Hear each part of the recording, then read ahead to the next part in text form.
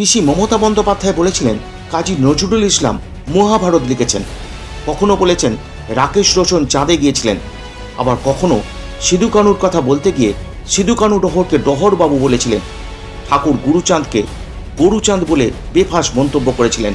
এবার তার ভাইপো অভিষেক বন্দ্যোপাধ্যায় বললেন সতীদাহ প্রথায় নাকি স্বামীদের চিতায় পাঠানো হতো, রাজা রামমোহন রায় তা বন্ধ করেছিলেন। সতীদাহ প্রথা রোধ করেছিল একজন বাঙালি, তার নাম রামমোহন রায়। বিজেপির নেতারাই রামমোহন রায়কে ব্রিটিশদের দালাল বলে আখ্যায়িত করে। রামমোহন রায় যদি আজকে না থাকতো, আমার মা বা আপনার মা যদি মারা যেত, সেই চিতায় ঝলসে পুড়ে আমার বাবা বা আপনার বাবাকে মৃত্যু বরণ করতে হতো। সতীদাহ প্রথা রোধ করেছিল একজন বাঙালি। যারা আমাদের শিক্ষা দিতে গিয়ে আমাদের কৃষ্টি, আমাদের সংস্কৃতি, এই মেদিনীপুরে জন্ম ঈশ্বরচন্দ্র বিদ্যাসাগর।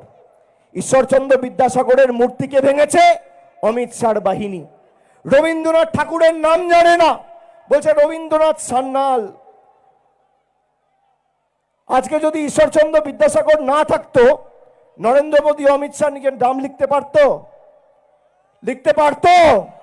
যারা বিজেপির তল্পি বাহকতা, কৃতদাসত্ব, চাটুকারিতা করছেন, নাম লিখতে পারতেন নিজের বাবা মার?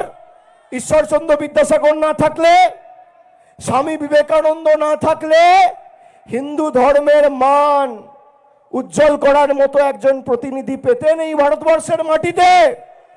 নেতাজি সুভাষচন্দ্র বোস না থাকলে আজাদ হিন্দ ফৌজ তৈরি করে ব্রিটিশদের ভিত নড়িয়ে দেওয়ার মতো একজন বাঙালি পেতেন না। এই জন্য পিসি ও ভাইপো নিজেদের মতো করে ইতিহাস রচনা করে ফেলছেন, আর এরাই প্রধানমন্ত্রীর ভুল ধরছেন। সংসদে বন্দে মাতরম গান নিয়ে আলোচনার সময় প্রধানমন্ত্রী নরেন্দ্র মোদী বঙ্কিমচন্দ্র চট্টোপাধ্যায়কে বঙ্কিমদা বলায় এরা গেল রব ফেলে দিয়েছিলেন। আর প্রকাশ্য জনসভায় দাঁড়িয়ে বাঙালি অভিষেক বলছেন রামমোহন রায় নাকি পুরুষদের চিতায় পাঠানো বন্ধ করেছিলেন। এই জন্য পিসি ও ভাইপোর প্রতিযোগিতা চলছে কে কত গুলিয়ে দিতে পারে।